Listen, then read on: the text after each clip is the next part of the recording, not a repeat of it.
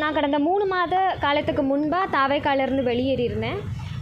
தாவேக்காலேருந்து வெளியேறின சமயத்திலிருந்தே தொடர்ந்து தாவேக்கா தொண்டர்கள் ஆகட்டும் ரொம்ப அஃபென்சிவான கமெண்ட்ஸ் தான் போட்டுட்ருக்காங்க. ஆபாசமாக சித்தரிக்கிறது, மார்ஃப் பண்ணுறது, தேவையில்லாத அவதூறுகளை பரப்புறது, இந்த மாதிரியான ஒரு செயல் தான் தொடர்ந்து நடந்துகிட்டே இருக்குது நான் வெளியேறின காலம் தொட்டே.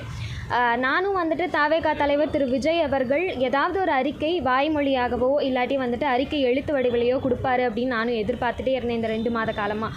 அவரும் எதுவும் கொடுக்குற மாதிரி தெரியல. எனக்கு இதுக்கப்புறமும் அவர் கொடுப்பாரு அப்படிங்கிற நம்பிக்கை இல்லை. அதனால தாவேக்கா தலைவர் திரு விஜய் அவர்கள் மேலேயும் அவரோட தொண்டர்கள் மேலேயும் கம்ப்ளைண்ட் ஃபைல் பண்ணியிருக்கேன் இன்றைக்கி கமிஷனர் ஆஃபீஸில்.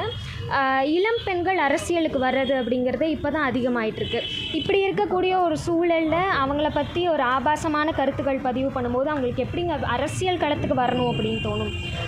பெரியார் அவர்கள் அன்றே சொன்னார், கரண்டியை பிடுங்கிட்டு பெண்கள் கையிலேருந்து புத்தகங்களை கொடுங்க அப்படின்னு சொல்லிட்டு. இவங்க மறுபடியும் வந்துட்டு கரண்டியை கொடுக்கக்கூடிய ஒரு நிலையை தான் தாவேக்கா தொண்டர்கள் ஆகட்டும் தாவேக்கா தலைவரும் வலியுறுத்துறாரோ அப்படிங்கிறது என்னோட கருத்து. தாவேக்கா தலைவர் மீது புகாருங்கிறது லாஜிக் இருக்காது. எப்படிங்க லாஜிக் இல்லாமல் இருக்கும்? யாரெல்லாம் நடக்கும்போதே இப்படி பேசாதீங்க அப்படின்னு சொல்லி ஒரு பேட்டிகள் வாயிலாகவும் சொல்லிட்டாங்க.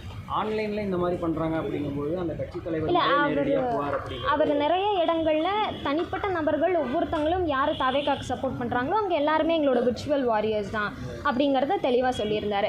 அண்ட் நான் அவர் கட்சியிலேருந்து வெளியேறின காலம் தொட்டு நிறைய பெண்கள் ஐடியாலஜிக்கலாக நாங்கள் ஸ்டாண்ட் எடுக்கிறோம் அப்படிங்கிற பட்சத்துக்கு அவங்க ஆப்போசிட்லேருந்து நாகரிகமான ஒரு அரசியல் விவாதத்தை தான் நாங்கள் எதிர்பார்க்குறோம். ஆனால் அது இங்கே நடக்கிறது இல்லை அப்படிங்கிறது தான் உண்மை. ஸோ அதை கண்டித்து அவர் விர்ச்சுவல் வாரியர்ஸ் மேலே அவர் ஏன் ஒரு அறிக்கை கூட வெளியிட மாட்டேங்கிறார் அப்படிங்கிறத எங்களோட கேள்வி. விளம்பரத்துக்காக வைசாலி இந்த மாதிரி பண்ணுறாங்கன்ற மாதிரி விளம்பரத்துக்காக நிச்சயமாக இல்லை. எங்கள் அரசியல் களத்தில் நேர்மையான நியாயமான விவாதங்களை எடுத்து வச்சா அது அட்டென்ஷன் சீக்கர் அப்படிங்கிறது இல்லை இல்லையா? இப்போது நீங்கள் ஒன்று விமர்சனம் பண்ணுறீங்க. பொதுவாகவே ஒவ்வொரு கட்சிக்காரங்க எதிர்கட்சிக்காரங்க விமர்சனம் பண்ணுறது சோசியல் மீடியாவில் இருக்குது.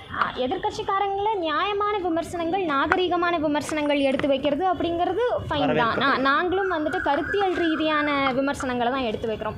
ஸோ நாங்கள் எடுத்து வைக்கும் போது அதுக்கு பதில் தெரியல அப்படிங்கிறதுக்காக நீங்கள் நாகரிகம் அல்லாத ஒரு கருத்துக்களை வெளியிடுறது அப்படிங்கிறது தவறான விஷயம் தானே.